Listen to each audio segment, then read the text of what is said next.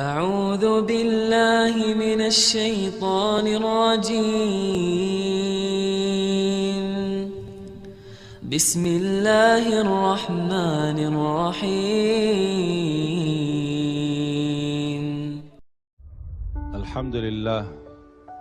الحمد لله رب العالمين اللهم صل على سيدنا محمد وعلى آل سيدنا محمد.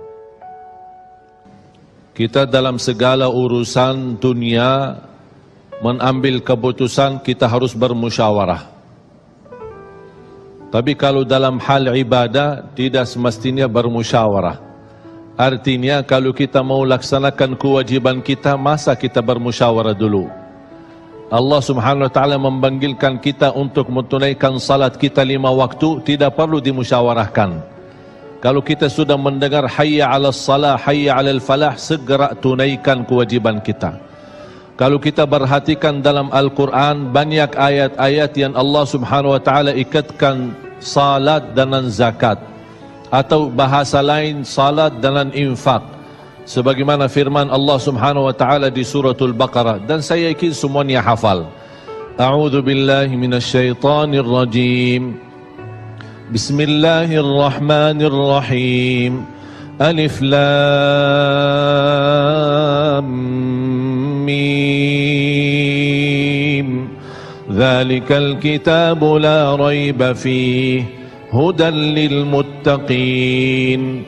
Alkitab ini petunjuk bagi siapa? Bagi muttaqin. Dan Allah menjelaskan sifat-sifat mereka. Kalau kita ingin meniru mereka, ingin bergabung bersama mereka, ingin menjadi seperti mereka, ikutilah penjelasan Al-Quran. Siapa si al-muttaqin ini? Allah subhanahu wa ta'ala sebutkan, Alladzina yu'minuna bil-ghaibi wa yuqimuna as-salata wa mimma razaqnahum yunfiqun. Mereka adalah yang beriman tentang ghaib. Apa yang gaib? Allah, malaikat, jannah, surga, neraka, segala sesuatu yang gaib mereka percaya, walaupun mereka tidak melihat dengan mata sendiri. Dan sifat mereka alladzina yuqimuna as-salah. Beda artinya yuqimuna as-salah sama yusallun. Ada orang hanya kerjakan salat, tapi ada orang mendirikan salat.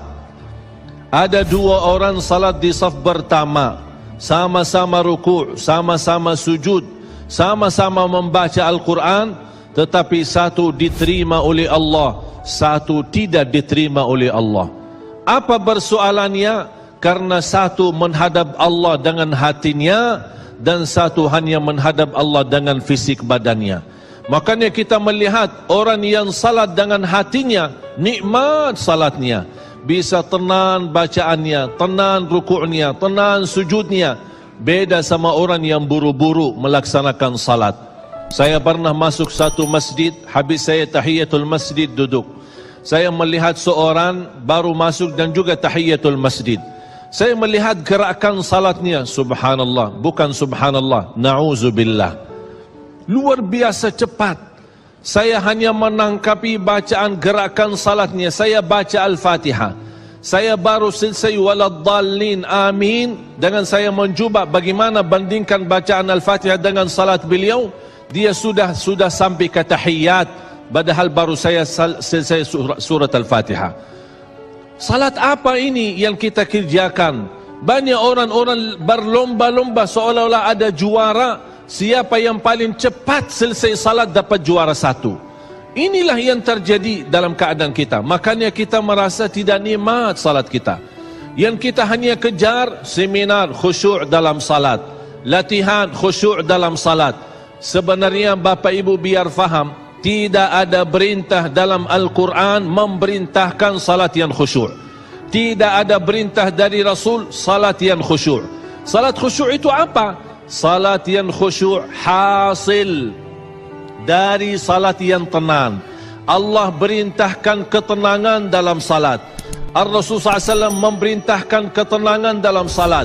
Kalau sifat khusyuk adalah sifat orang mukmin yang melaksanakan salat tuma'nina.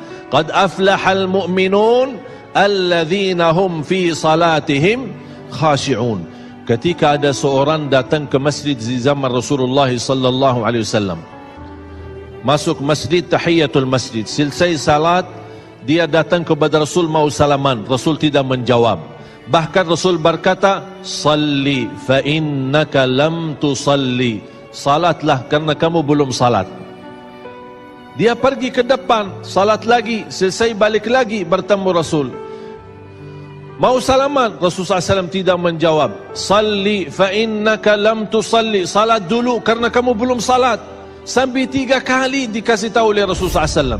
Akhirnya orang berkata, mohon maaf ya Rasulullah, saya tidak tahu selain ini salatku. Gimana? Kata Rasulullah SAW, fa idza qumta faqum mutma'inna. Kalau berdiri, berdiri tenang, tumaknina. Tumaknina salah satu rukun di dalam salat. Tidak sah salat seorang tanpa Al-Fatihah, betul? Sama, tidak sah salat seorang tanpa tumaknina. Baca tenang, rukuk yang tenang, sujud yang tenang, wallahi akan terasa nikmat.